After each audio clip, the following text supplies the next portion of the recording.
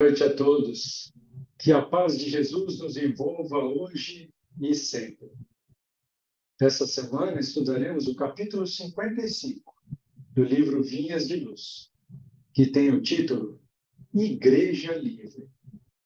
E o versículo escolhido por Emmanuel foi retirado da carta de Paulo aos Gálatas, no capítulo 4, versículo 26. Mas a Jerusalém, que é de cima, é livre, a qual é mãe de todos nós.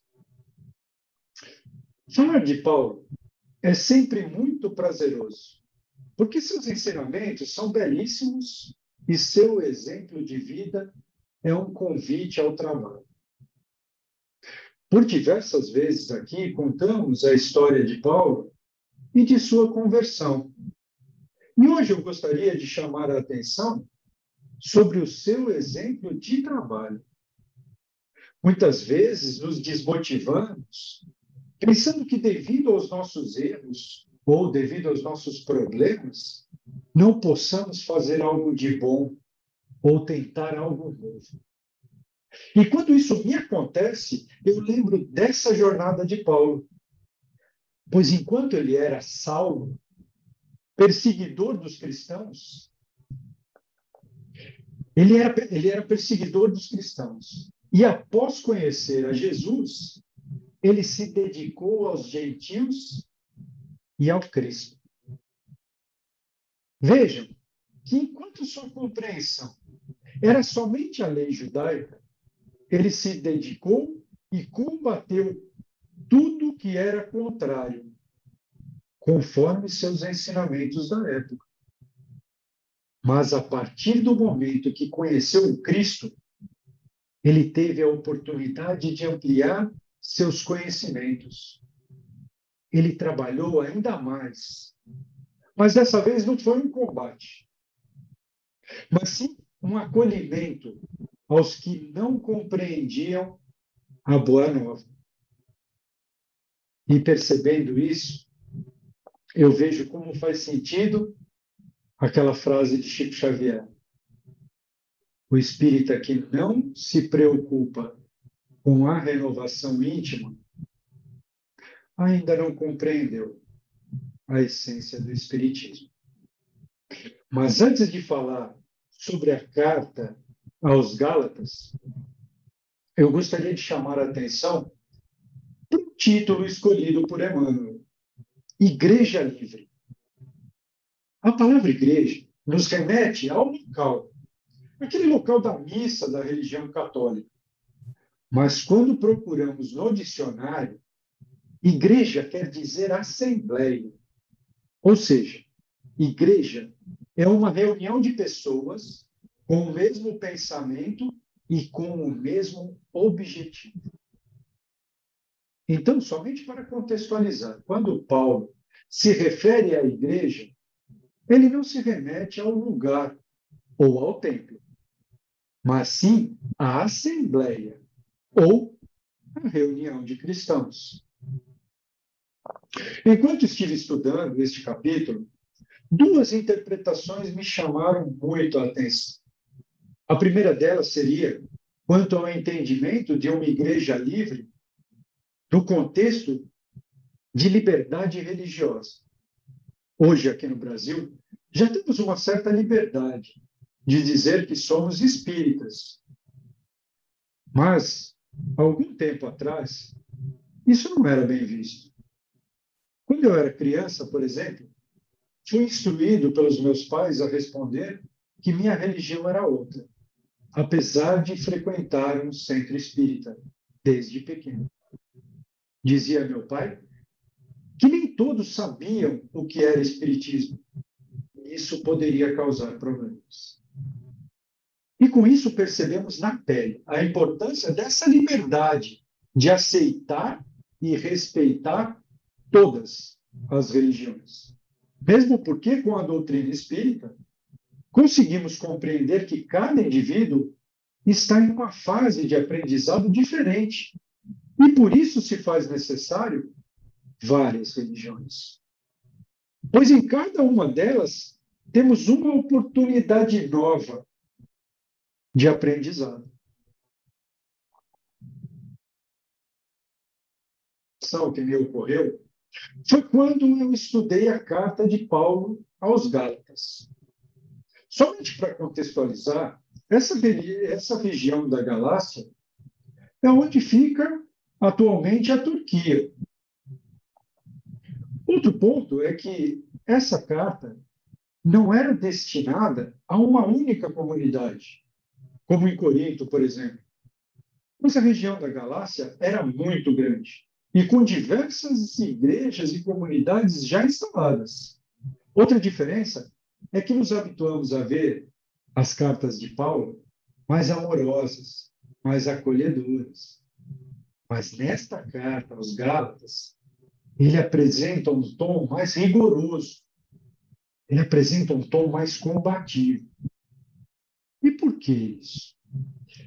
Isso porque a comunidade estava relatando que o cristianismo estava sendo corrompido devido aos costumes judaicos. Eles continuavam com os antigos costumes e seus rituais, exigindo que os convertidos também seguissem esses preceitos. O que estava acontecendo então era que não bastava seguir Paulo, não bastava seguir o Cristo, tinha que ser circuncidado, tinha que fazer os rituais de limpeza das refeições, não podiam comer determinados alimentos, ou seja, estavam presos à cultura judaica. Continuavam atrelados à lei mosaica, que era a lei do jugo e do medo. Não haviam compreendido a lei do Cristo, que é a lei do amor. Então, essa carta aos Gálatas é um convite para se manter com o essencial. É um pedido para que saíssem da teoria e partissem para a comunhão com Cristo, analisando a coerência dos ensinamentos e dos fundamentos propostos pelo Mestre. E para isso, Paulo usa de seu rico conhecimento da lei mosaica para apresentar argumentos de que com o Evangelho não fazia sentido aquelas exigências. Essa chamada de Paulo em sua carta é tão importante que Emmanuel começa o capítulo dessa forma. O exame isolado desse versículo sugere um tema de infinita grandeza para os discípulos religiosos do cristianismo. Porque Emmanuel entende que continuamos presos sem entender a essência do Evangelho do Cristo e que continuamos a tropeçar em costumes, rituais, sem parar para analisar a verdadeira razão de tais atitudes. Eu lembrei e pensei em vários exemplos. Posso citar um deles, um bem simples, aquilo que eventualmente escutamos. Eu sou temente a Deus. Mas quando paro para pensar, essa frase, sou temente a Deus, ela remete a temor, ela remete a medo. Medo de um Deus punitivo e vingativo. Mas o ensinamento do Cristo era de amor. Amor a um Deus Pai, soberanamente justo e bom. Outro exemplo. Vejam que com a pandemia, fomos obrigados a nos distanciar das igrejas e das casas espíritas.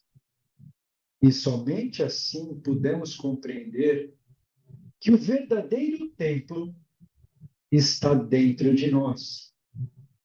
Porque mesmo longe, não fomos abandonados e nem perdemos a nossa sustentação.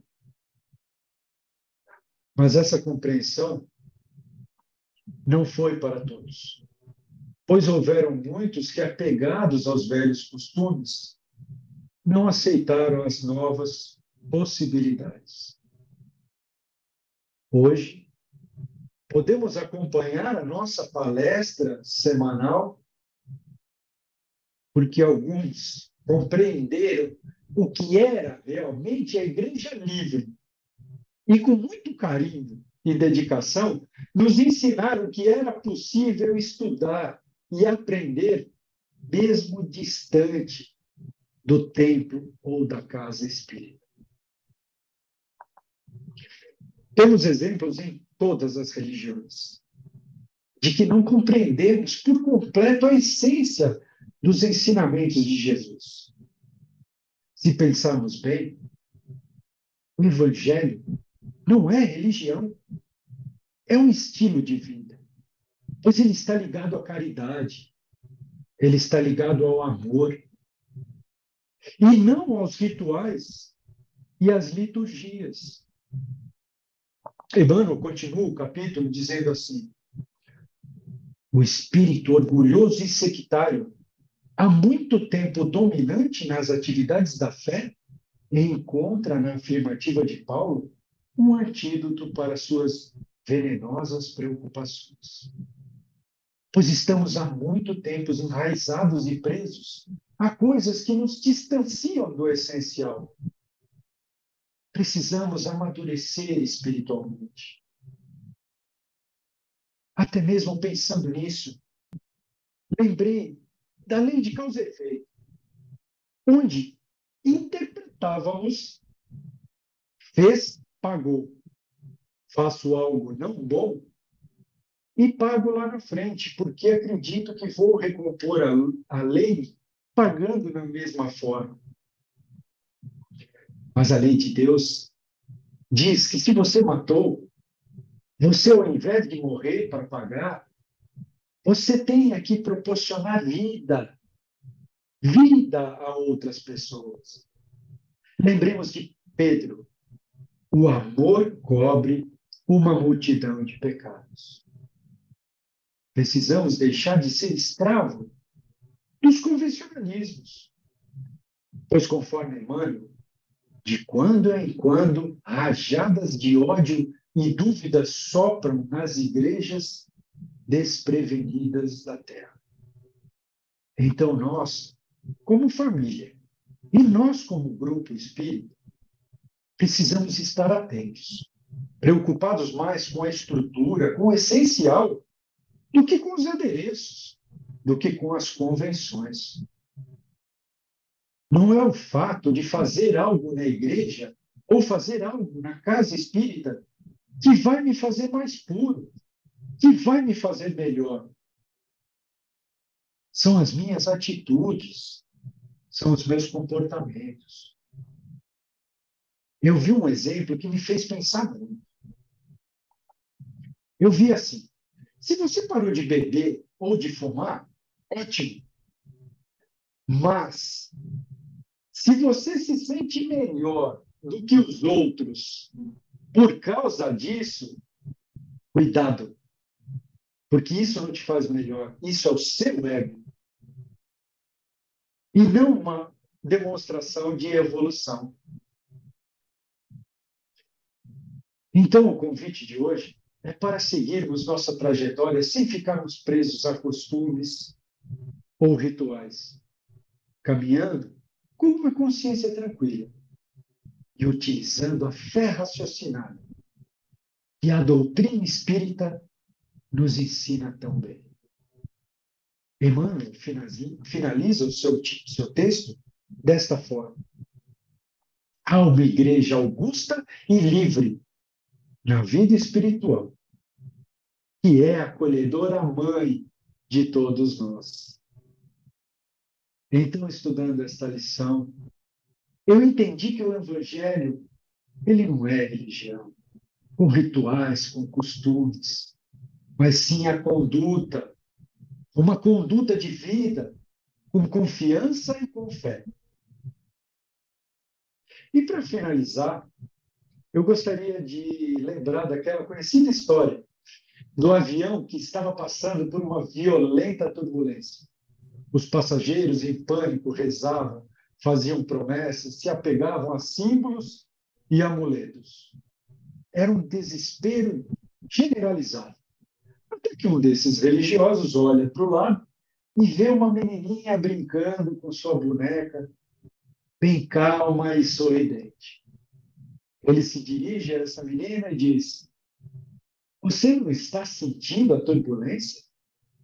Não percebe que vamos morrer? Você pode estar tão calma. Ela olha para o religioso e diz: É que meu pai é o piloto. Que tenhamos essa certeza de que o nosso pai, soberanamente justo e bom, está nos oferecendo o melhor para o nosso desenvolvimento e aprendizado. Obrigado a todos pela atenção e pela paciência. Graças a Deus.